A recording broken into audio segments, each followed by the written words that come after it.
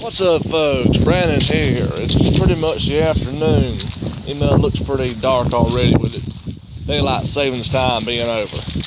So I put up a video yesterday talking about the bow staff basics, and it was a part 2 of 1, and I got a screamer stick and sword start off twirling basics coming later on, but I decided I wanted to do a cane defense, not walking stick, because walking sticks are bigger than canes. Right here is I don't really know what type of tree this is, by the way. I have no freaking idea. But I want to do a cane defense because this is pretty close to my height for a cane, because it's not really that far from the ground. Exactly. That's where it's at with me. Okay.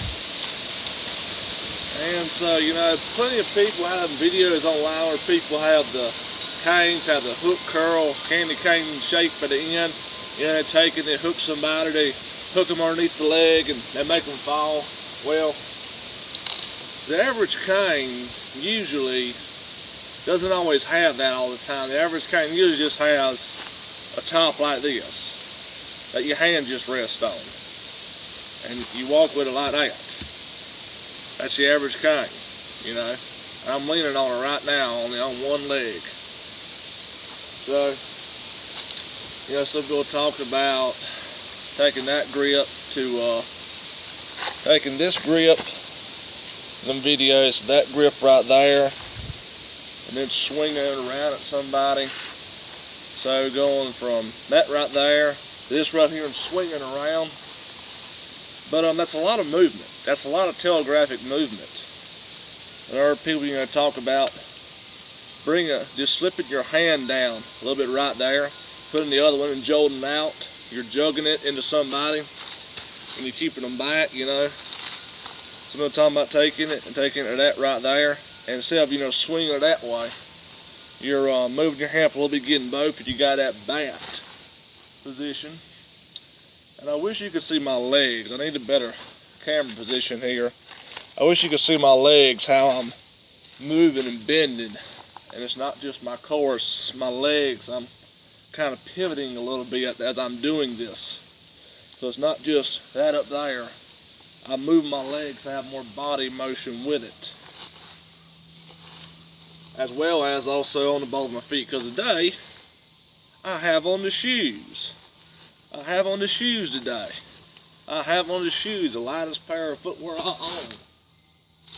Excuse me. So yeah. Now, people got them videos that talk about the defense with stuff, but it all depends on how the attack happens, okay? How the attack happens. How much more they're on you before you can retaliate back to get them off of you.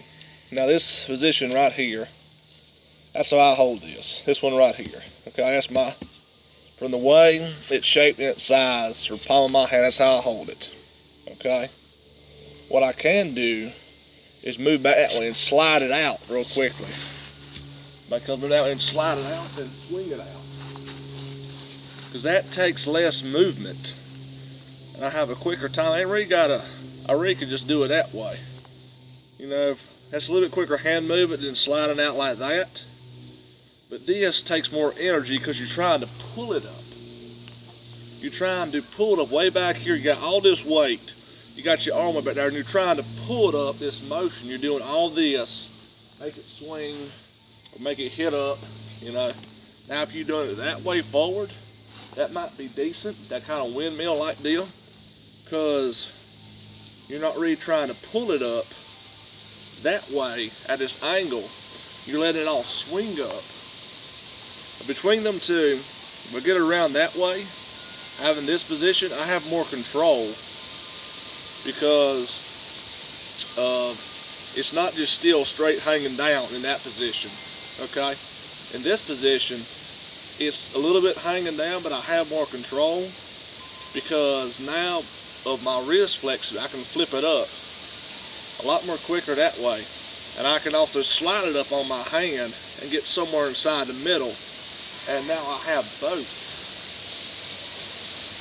Doing this that little bit quick of a slide you know, slide somehow, you know, going from this to that possibly, because I'm swinging and letting it float. I'm not trying to pull from way back there, or, you know, getting that slide motion and then coming in. It'd be better to do a jab after doing that slide, but you got to work on all that.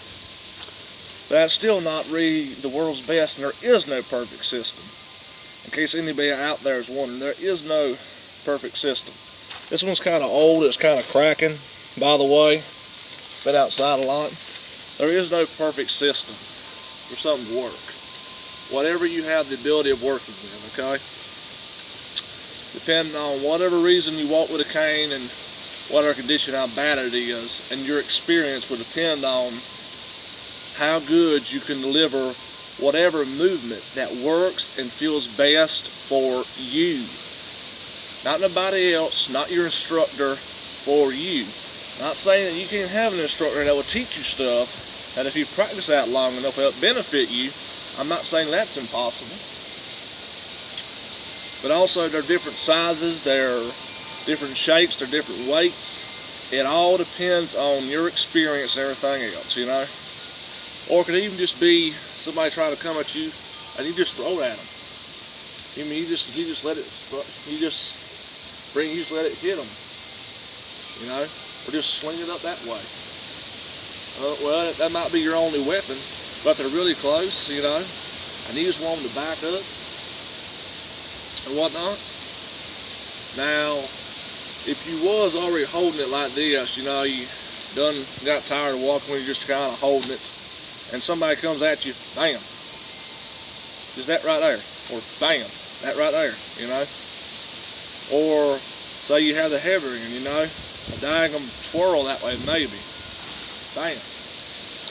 But also, if you do have the quick ability of doing that, make sure you already have the left foot ready to back up and move, so you're not still standing right in their line.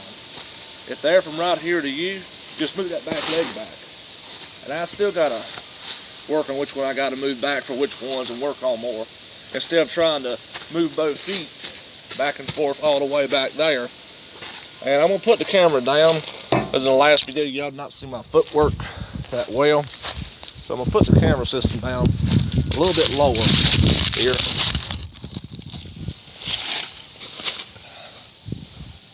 There we go. Can't see me perfectly, you know. But say where the camera's looking at me, like right dead, right around. Somebody's coming. Get ready with your left leg. As you're swinging to move it, you're pulling this back and you're pivoting. You're taking this and you're putting on the ball of your foot. You're twisting. You know, you're twisting, you're taking that one back. Now, they're still there, you're here. They come around this way, you can daggum move right there. I twisted on the ball of this one. I was already ready to twist. I took it and I moved. Same with this one. So there you go. Now, does that idea right there be the perfect idea? Of course not. You know, some people try to daggum move this way, and the person, if they're really trying to hurt you, of course they're gonna follow you. So just think of going one way and then pass by is how they're gonna happen. Unless, of course, they're like really into the charging mode and only going one direction. But you never know. You honestly never know. So yeah. And that's my opinions and my ideas on cane defense. So yeah. There we go, folks. That's what I think. That's also a little bit what I know, what I understand. You know. There's also another one that isn't that common, but standing like two hands. You know, you got two hands, you just rest on with your weight. Somebody comes by, bam. Or find a way to slip and put that leg back and jug forward, or possibly to put that lower weight and go that way, or you know, just a daggum straight up golf swing, which depending on if you work on some wrist motion of twirling, you can with two hands maneuver this better for doing, let's say that stance. They come at you, bam, you hit that way, you cut across them, you can then hit back that way. rotate your hand on that. Now you got both, you know. But sometimes, often not around this area where the hands are at. It's more likely for somebody to catch something in that area right here of your core, of the beginning of your chest to the lower of your body. You know, so if you can more like hit them upside the knees, the legs, the shin, something that's really gonna hurt. Or find a way to stop them. If somebody really charges and you put your diagonal blower and you got a good one and you jug that out, they're two, you can tell, if you're already able to tell, they're already into that charging motion, and that gets stuck into them, they can most likely gonna bend them over probably. Especially if you do it up at an angle. You go down, do it up at an angle, but then again, I have decent balance. I have decent flexibility to do that, and plus, I'm just poking air. Nobody's attacking me right now.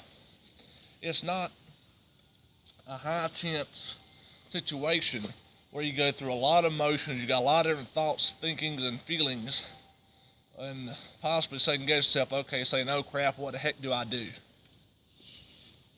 And there you go. Alright folks, this has been another video by me, and I'll see y'all folks around. Thanks for watching.